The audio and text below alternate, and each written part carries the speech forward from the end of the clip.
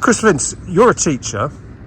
To the man in the street, could you explain why there is so much upset about the A-level marks? Yeah, absolutely. Basically, we were asked as teachers to predict what grades we believed our A-level, our Key Stage 5 students, so A-level and BTEC students were going to get. And what we found out yesterday was actually that over a third of those grades were lowered by this government algorithm.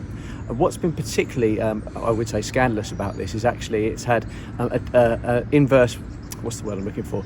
More of an effect if you in a bigger class. So if you're in a smaller class, that's had a less of effect, and actually teachers' predicted grades have been adhered to more. But actually, if you are in a bigger class, it's had a disproportionate effect, and actually you're more likely to have your grades that were predicted by teachers actually lowered. Now we know, of course, that there are plenty of reasons why we're in a bigger class and a smaller class. We know, for example, that state schools and colleges have larger classes than the independent sector. We also know it depends on the popularity of the course you're doing.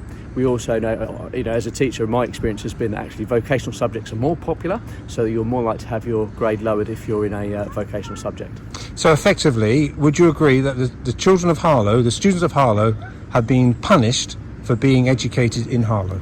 Well, looking at Harlow specifically, I think that there is certainly an argument for that, and the argument comes from the fact that actually you've only got 2 Key Stage 5 providers in Harlow, the college and St Mark's. So actually the classes would be larger, therefore they are more likely to have their grades lowered than if you are in an area where there are more providers for A-level, absolutely. And of course we know from the college, for example, that they have a high proportion of students that do those vocational courses.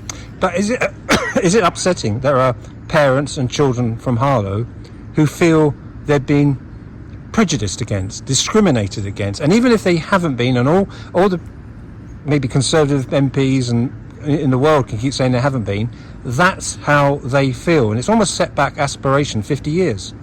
I think it's going to have a huge effect on young people across the country. As you know, I teach outside Harlow, and I think it will have a great effect on some of the young people that I've worked with. But absolutely, it's going to have a huge effect on young people in Harlow. And I think, we are always trying to make our young people more aspirational, to be positive. But what they've seen is the students in this town that work really, really hard in their A-levels and their BTEC subjects and not got the reward for that. And they rightly feel really aggrieved about that.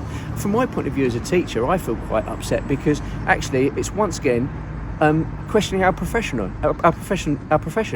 We are professionals. We've made these judgments about the students. I mean, Gavin Williamson yesterday said, oh well, if we left it up to teachers would just give all the students A stars. He knows that's not true because we didn't. So actually we are the people who have worked with these students for up to 2 years, sometimes longer. We know what they're capable of. We've given the accurate grades, and it's about time the government actually showed us the respect that our profession deserves and actually trusts our judgment.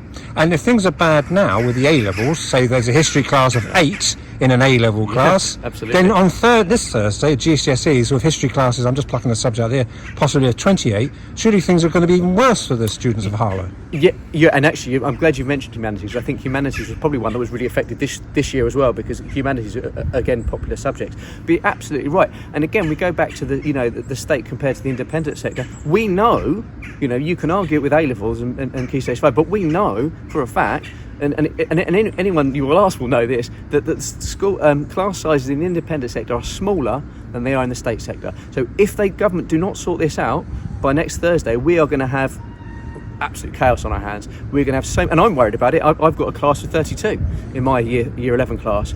I've no doubt that the government will look at it and look at lowering the grades that I've predicted accurately. And so my plea really to the government is, you need to look at this. You need to have some trust in your teachers and actually trust the grades that they've given to their students and address this before Thursday, because we know that it's going to have a massive disproportionate effect on students that are in the state sector opposed to the independent sector, and that's just not fair.